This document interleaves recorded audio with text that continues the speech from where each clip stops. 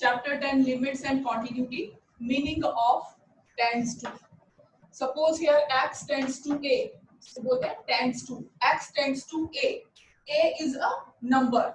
So let us take a number line from minus infinity to infinity, and somewhere the number a is there. Real number a is there.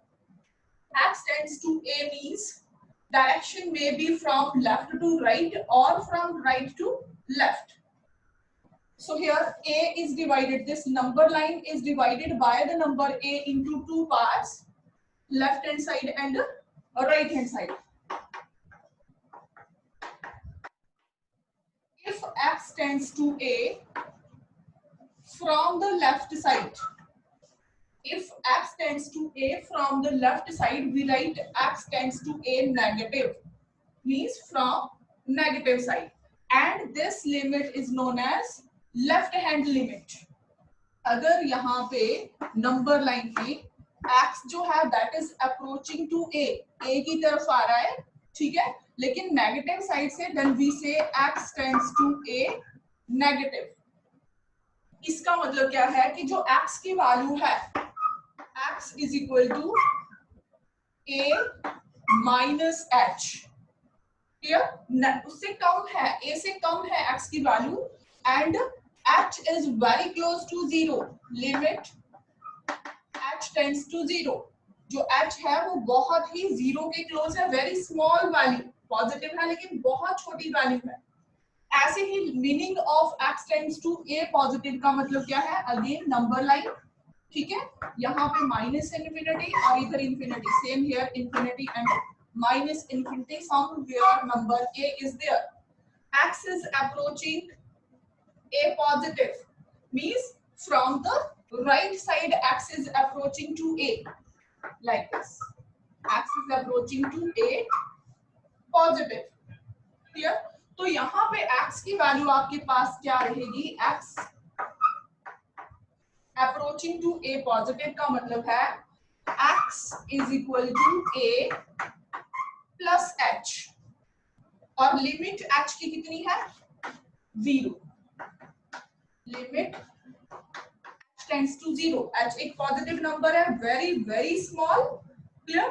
तो x की value यहाँ पे क्या हो गई, a plus h, और जब हम h की वैल्यू 0 लगा देंगे it will become a. Now a is the limit. इसका मतलब ये है कि x की वैल्यू a के इक्वल कभी भी नहीं होगी, it will be very close to a. Approach का मतलब है वहां तक पहुंचने की कोशिश कर रहा है, tends to a, but it will never be equal to a. Concept of limits, let us understand with the example. Fx is given x square minus 4 over x minus 2. So here in this function the denominator x minus 2 can never be 0, means x can never be equal to 2. Equal to 2, x is not defined. x is equal to 2 पे function defined नहीं होगा, और हमने limit निकालनी है at x is equal to 2.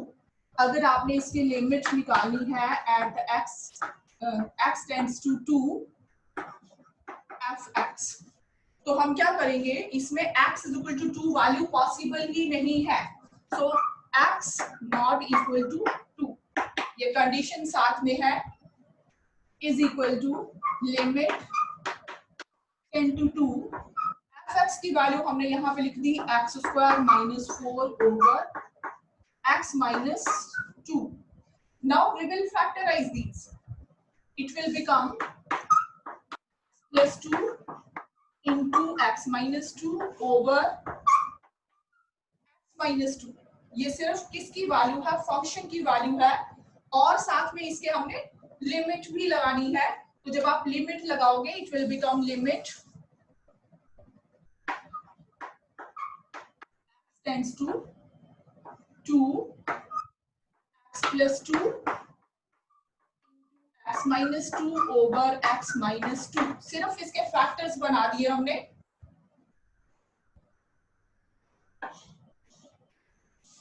So it is equal to limit x tends to 2। अब यहाँ पे हम x माइनस 2 और x माइनस 2 को कट कर सकते हैं। हम 2 नंबर्स को कब कट कर सकते हैं? जब वो नॉन जीरो हो। क्लियर? अगर यहाँ पे आपको बोला होता है x इज इक्वल टू 2 तो हम इनको कट नहीं करते, तो ये 0 ओवर 0 फॉर्म होती। Because x is not equal to 2, so we can cut x minus 2 into x minus 2, because अगर x की वैल्यू 2 नहीं है, then x minus 2 will not be 0. तो इनको हम कट कर सकते हैं। So limit x tend to 2 plus 2. Clear? अब यहाँ पे हम इसकी डायरेक्ट वैल्यू 2 डाल सकते हैं, तो आपके पास क्या आ जाएगा? 2 plus 2 4. x tends to 2. अब देखो इसमें हम जब पॉजिटिव वैल्यू लेते हैं या नेगेटिव वैल्यू लेते हैं तो क्या डिफरेंस लाई करता है?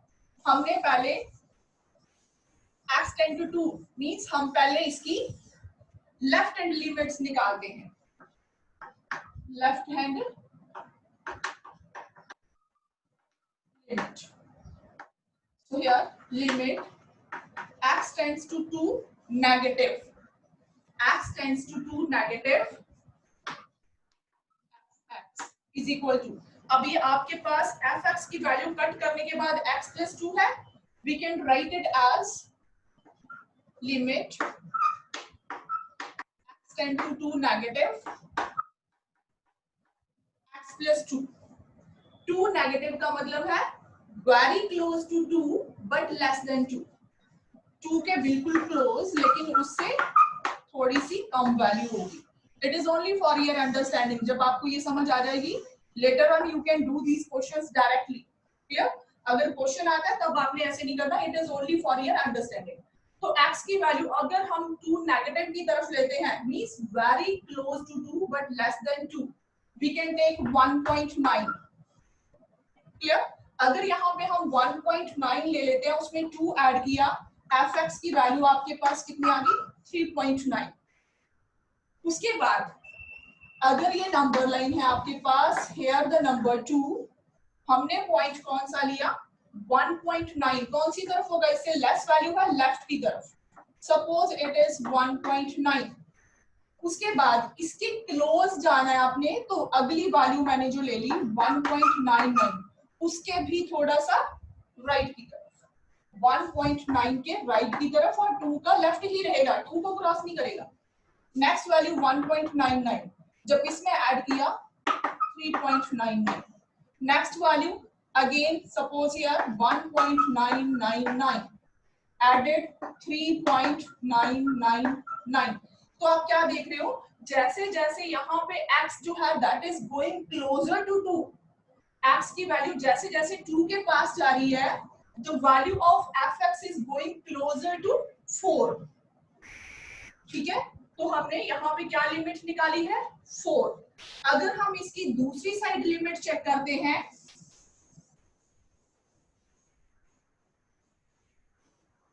Limit of the function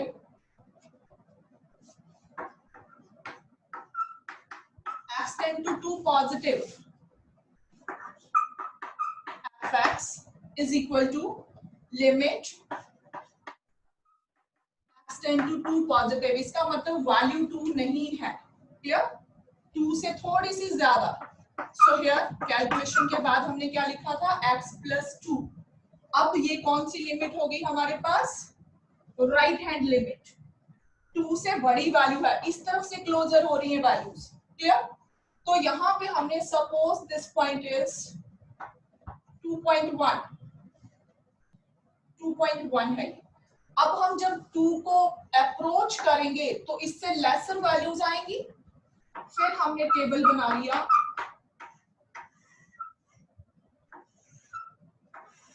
put the values. x की वैल्यू सबसे पहले हमने very close, let it be 2.01। 2.01 is less than 2.1, और भी इधर वाली वैल्यू हो गई 2.01। तो जब उसमें 2 में ऐड हुआ इट इज 4.01। क्लियर? इससे भी क्लोजर वैल्यू मींस 2.101 से भी लेसर वैल्यू, लेकिन 2 से ज्यादा और भी आगे आगे। So it is 2.001। जब ये वैल्यू डाली 2 plus 2 4.001. Next value 2.0001.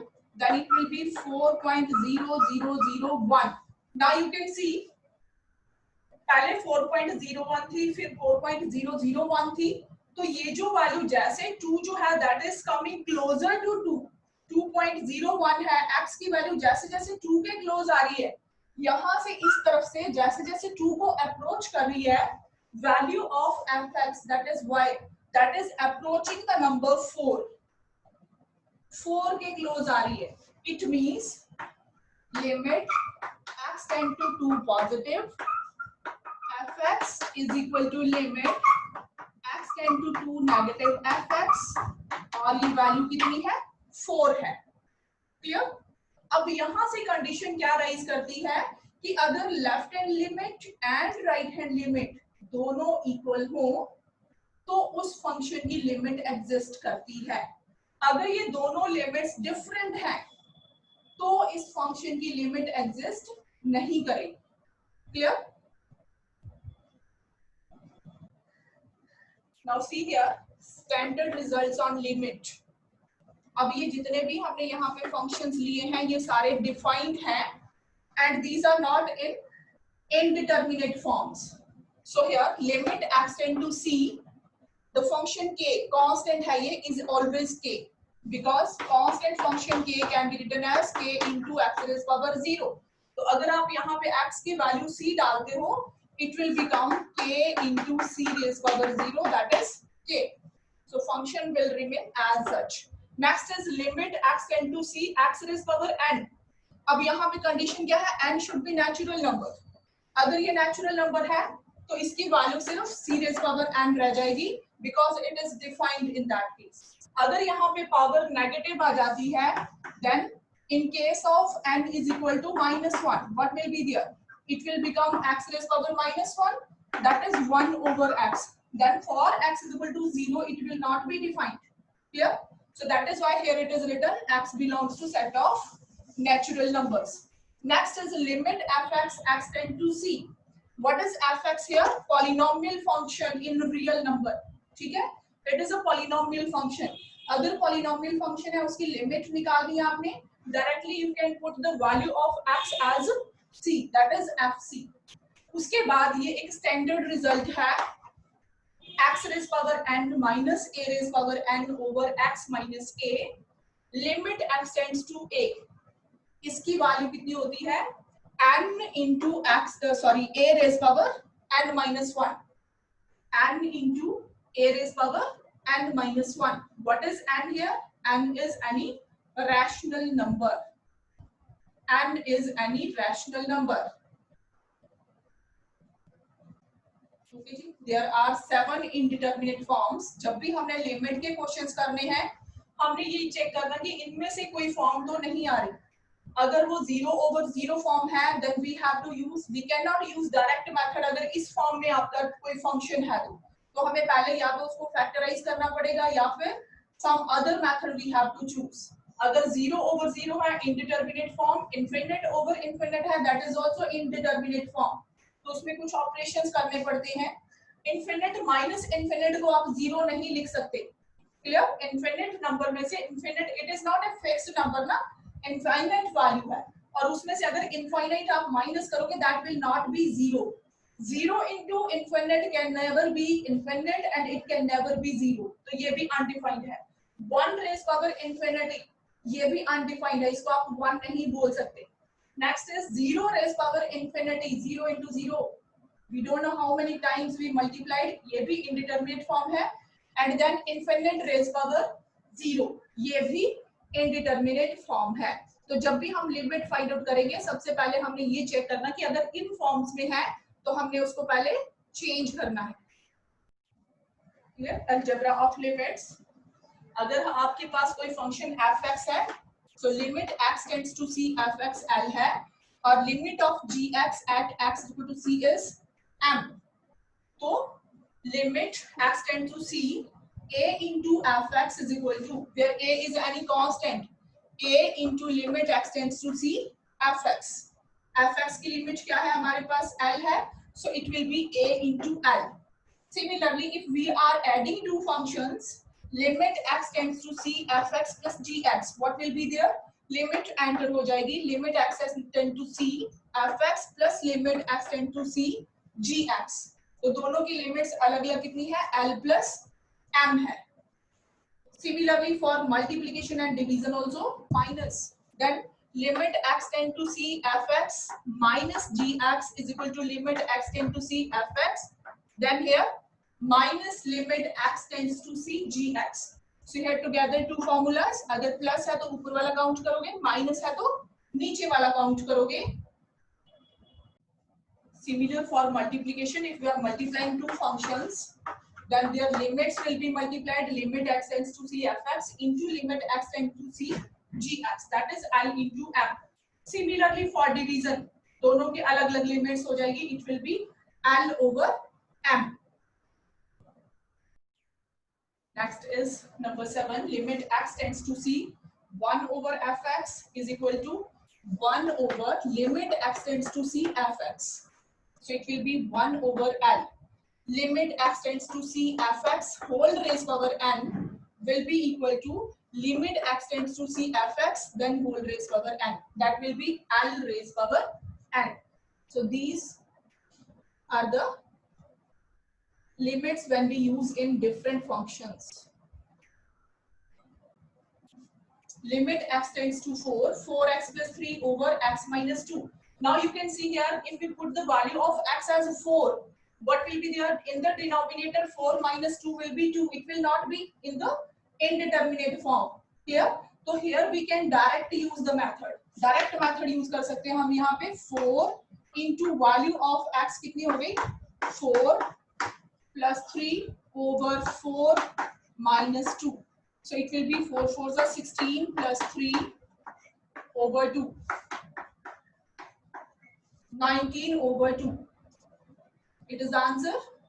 Now second part. Limit x tends to 1. X square plus 1 over x plus 100. Again here, if we put the value of x as 1, denominator will never be 0. So we can directly substitute the value of x as 1. 1 square plus 1 over 1 plus 100. So answer will be 2 over 101.